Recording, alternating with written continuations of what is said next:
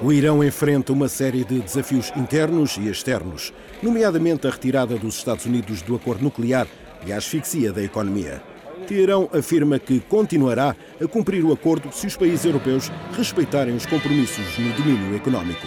O correspondente da Euronews em Teherão, Javad Montazeri, entrevistou o vice-presidente da República Islâmica do Irão. Bem-vindo à Euronews. A primeira coisa que gostaria de perguntar é em que ponto está o acordo de Viena sobre o programa nuclear iraniano.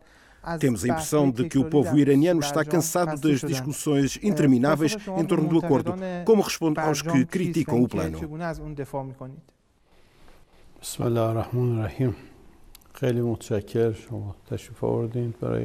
O acordo foi uma das medidas mais importantes da República Islâmica do Irão. O acordo foi assinado para pôr fim à alegação segundo a qual existiam pressões sobre a República Islâmica do Irão e sobre o povo iraniano.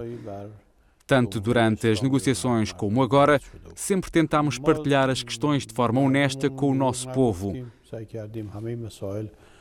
Infelizmente, as sanções norte-americanas foram reintroduzidas de forma mais severa após a decisão unilateral de Washington de abandonar o acordo. Na nova série de sanções, os Estados Unidos exploraram todas as possibilidades, incluindo seduzir e ameaçar outros países e empresas para impedi-los de trabalhar com o Irão. Nós respondemos com a adoção de algumas medidas em várias áreas. Em primeiro lugar, declaramos que, enquanto os outros signatários continuarem a respeitar o acordo, e se os países da União Europeia tomarem medidas concretas em relação a isso, estamos interessados em manter o acordo em vigor e a protegê-lo.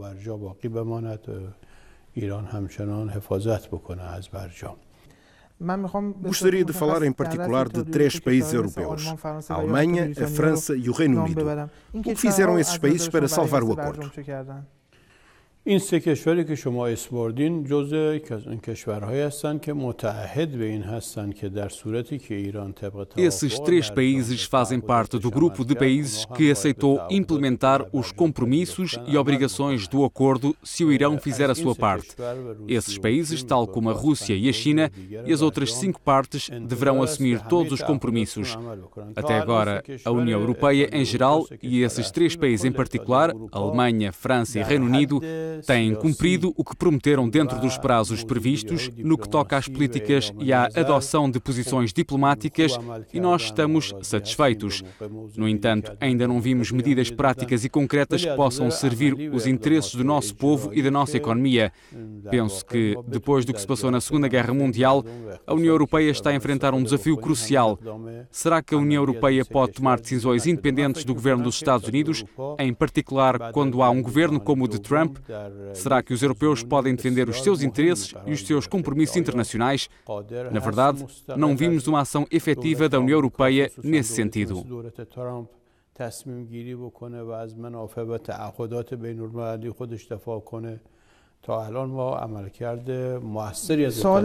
Pensa que a Europa tem o poder, a vontade, ou melhor, a capacidade necessária para se opor a Trump?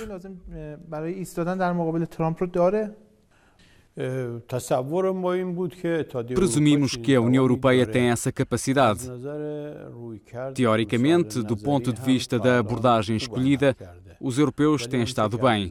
No entanto, na prática, a estrutura financeira da União Europeia, e em particular o sistema bancário europeu, mostraram que esta União não é capaz de se apresentar como uma entidade que toma decisões independentes e como uma entidade poderosa que pode continuar a avançar e a respeitar os compromissos. No entanto, ainda temos esperança que os europeus respeitem o acordo. Qual é a linha vermelha?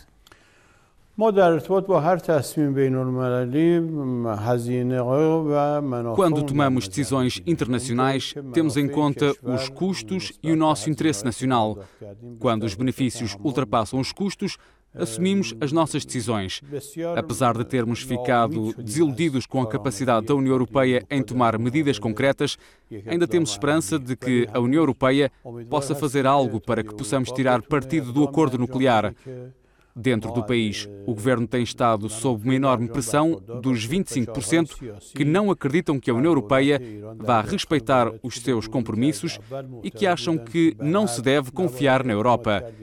Essa pressão tem vindo a subir desde que a União Europeia não respeitou os compromissos assumidos. No entanto, acreditamos que o acordo deve permanecer em vigor enquanto servir os interesses do povo iraniano.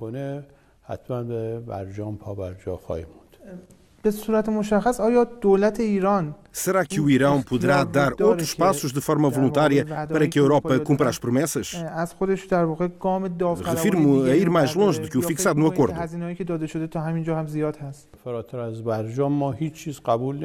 Não vamos assumir compromissos para além do que está fixado no acordo.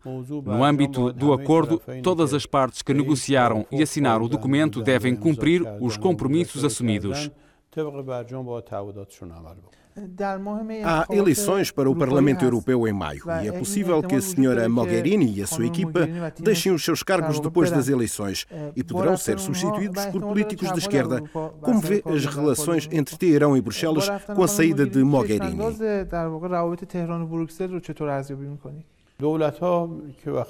Os governos vão e vêm.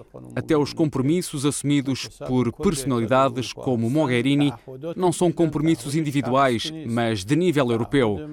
São compromissos da entidade chamada União Europeia, da Alemanha, da França e do Reino Unido. A pessoa que está no poder não é o elemento mais determinante. Esperamos que a União Europeia cumpra os seus compromissos, independentemente das mudanças que possam ocorrer. A possibilidade de haver uma representação da União Europeia em Teherão está em cima da mesa. Há elementos novos? O Ministro dos Negócios Estrangeiros está a acompanhar a questão. Espero que se possa chegar a um acordo com a União Europeia nessa matéria tão cedo quanto possível. Recentemente surgiu um movimento em França chamado Coletes Amarelos. Estou seguro de que já ouviu falar dele. Vê algum ponto de convergência ou alguma similitude entre as reivindicações desse movimento e os eventos recentes entre a comunidade de trabalhadores em Teherão?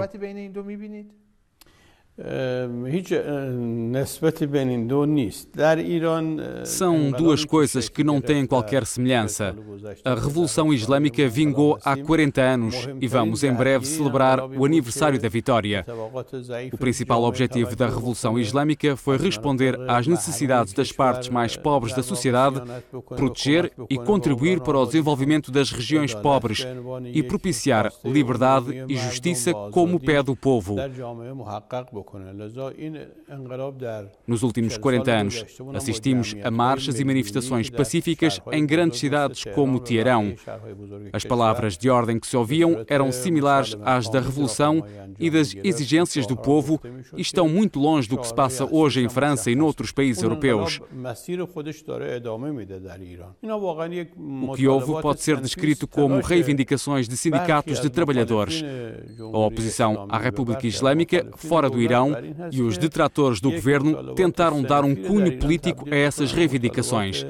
É claro que uma comunidade de trabalhadores pode ter reivindicações políticas, mas de modo algum podemos interpretar essas reivindicações como um protesto público similar ao que desencadeou o movimento dos coletes amarelos em França.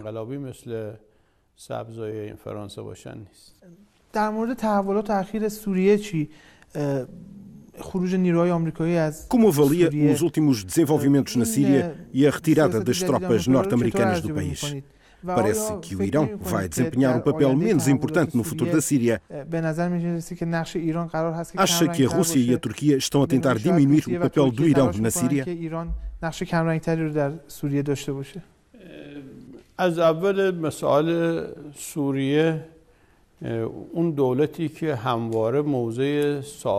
O único país com uma posição consistente e estável em relação à Síria tem sido sempre a República Islâmica do Irão.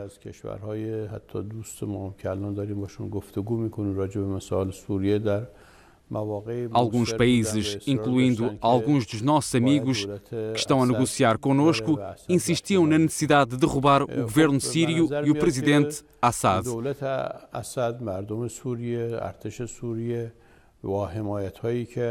Parece que com o apoio que recebeu o governo de Assad, com o povo e com o exército sírio, conseguiram vencer o conflito contra os grupos e os extremistas que planeavam derrubar o governo e impor o seu próprio governo.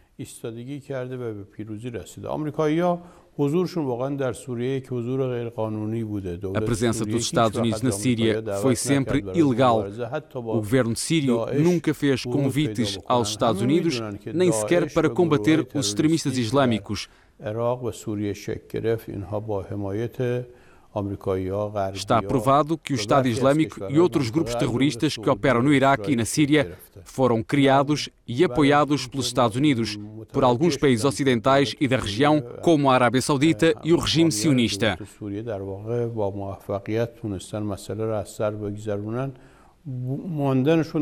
Quando esses países viram que o governo sírio e os seus apoiantes resistiram à crise, chegaram à conclusão que a presença na Síria era vã e que tinham de abandonar o país.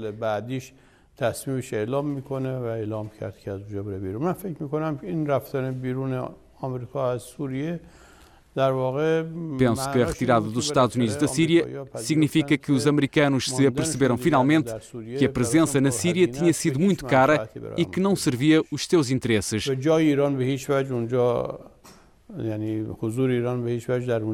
Eles não vão poder restringir a presença do Irão na Síria. O Irão ajudará o governo sírio enquanto ele precisar da nossa ajuda.